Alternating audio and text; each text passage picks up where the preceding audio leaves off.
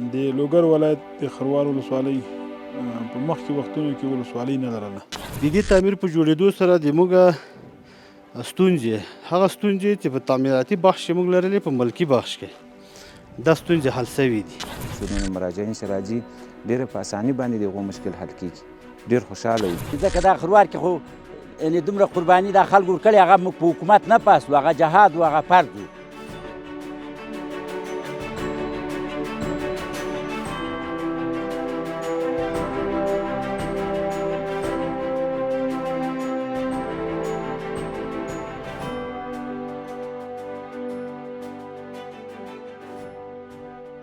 د لوګر ولایت د پاسپورټ مدیریت چې کوم هغه یو کور پخوا پوکریان نیولی و.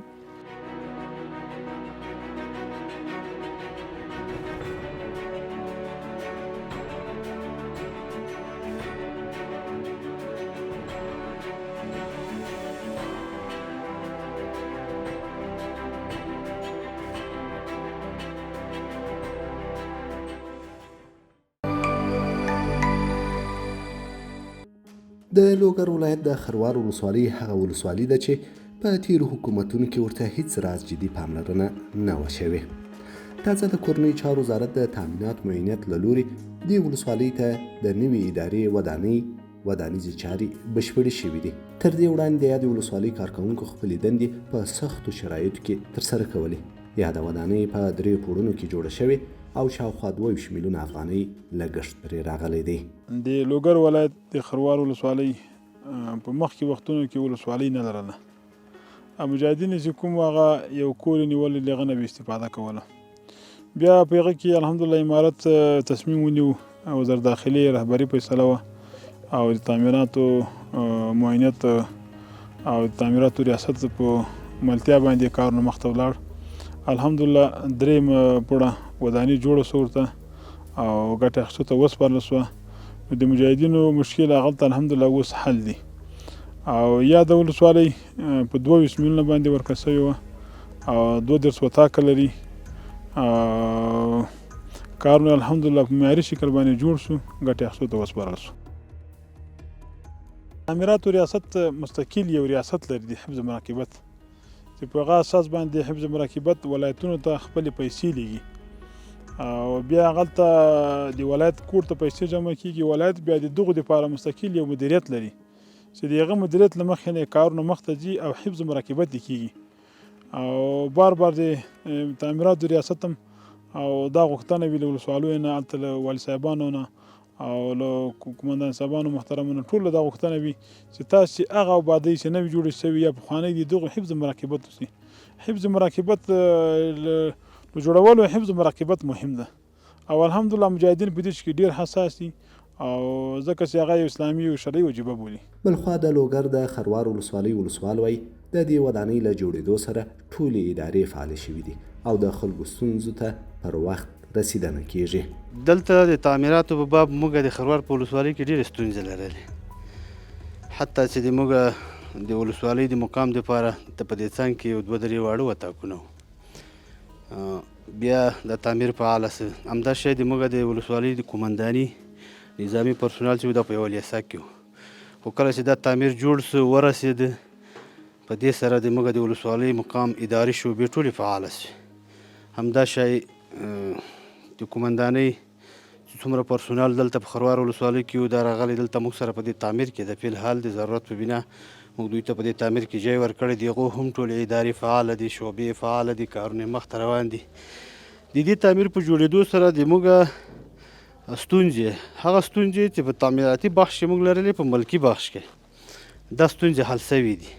اما د ضرورت په بنا د نظامي بخش نظامي پرسونال هم تر یوه حده ستونزې له موږ سره حل دي، خو په آینده کې به انشاءالله ژمنه مشرانو کړې ده چې د قومندانۍ دپاره هم د موږ ته تعمیر برابر کړي، هغه نظامي پرسونال هغه خپل تعمیر ته بیا بېځایه سي. نو انشاءالله تر یوه حده پورې دغه ستونزې د دغه تعمیر په جوړېدو سره ختمې سوي دي. د خروار ولسوالۍ قومي مشران د کورنیو چارو وزارت د تامیناتو معینیت هڅې ستایي او زیاتوي چې تر دې وړاندې یاده ولسوالۍ هیڅ ډول اداري ودانۍ نه لرله.